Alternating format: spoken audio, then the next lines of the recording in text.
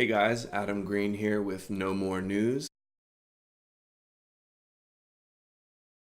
Number one, I'll tell you something. Number one, anybody who is not armed, their opinion means nothing. Their opinion means absolutely nothing. Who is he to say if people's opinions mean anything? If I say something and it's my opinion and other people are hearing it, who is Chris Dorsey to say that my opinion means nothing and has no impact and no effect on those people's minds? Like, just because I'm not armed, people aren't going to listen? I mean, I get what he's saying is that if you say anything to like a corrupt government or somebody who's like, has guns pointed at you and wants you to do something, then what you say means nothing. But he's just too vague. What Ryan says on YouTube, it means something whether he's holding a gun in his hand or not. Remember last year when they had that event at the Robert E. Lee Monument? I was the only individual there that was armed, besides uniformed police and undercover, Secret Service agent or not undercover Secret Service agent. So then before this event, they were saying, oh, you can't bring guns to this event. You can't bring your guns there. So we contacted the Bar Association. We contacted the news directors of the local TV news channels, and we contacted the police and told them, you can't tell us that we can't bring a gun out on a street in Richmond. That's the last thing you can tell anyone to do, is not to do. Anyone, at any time, for any reason, can walk openly with a gun on the streets in any city, in every city in Virginia. So they had the event, and I showed up. It's well documented on video. I'm sure David and Clifford know the events I'm talking about. You know the events I'm talking about, correct? I do. Yep. Okay. So it's documented. I talked to NBC Pentagon correspondent Hans Nichols.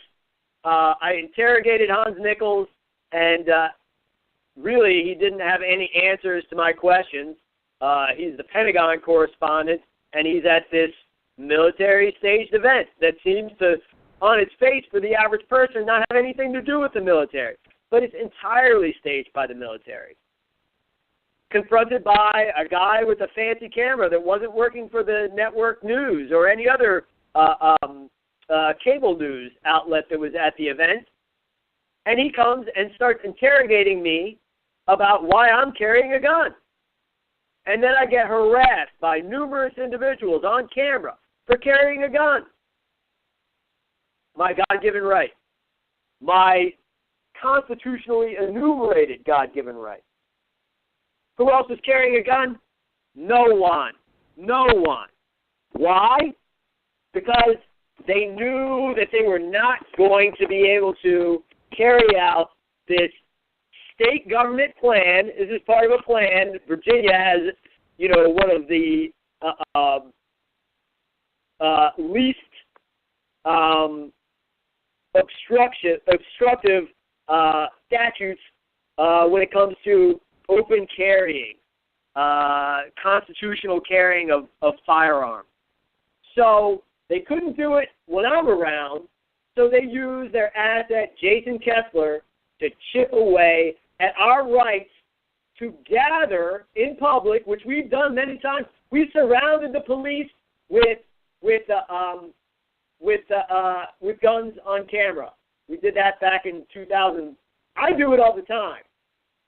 I do it with individuals all the time. All the time. I always outflank the police, and I usually am telling them, yeah, okay, I'm going to walk behind you so I'm outflanking you with the gun. Just going to do that because I can. I'm behind you, and I'm with a gun, and of course you're safe because I decide you're safe. I decide you, the government agent, you're safe. It's my decision. I'm outflanking you with a gun. That is the only necessary thing to a free state, is that the people always, if you have to go through 12 levels of security. And each level, somebody has to be disarmed. The only one left with a gun when you get to the 13th level must be a member of the militia. So say that there's only one individual armed in a control room that controls the nuclear code. That must be a member of the militia. And he must be the one with the code. And that every other individual, if they are found guilty of wrongdoing by that militia member, they will be shot on the spot. They will be executed right there under the law. Otherwise, you have the exact opposite, which is the people can't even get within miles of these facilities, these underground facilities. Only government officials who have an escape route in case they set off nuclear weapons. Only those individuals have the ability to shoot on sight. So basically, you're a slave.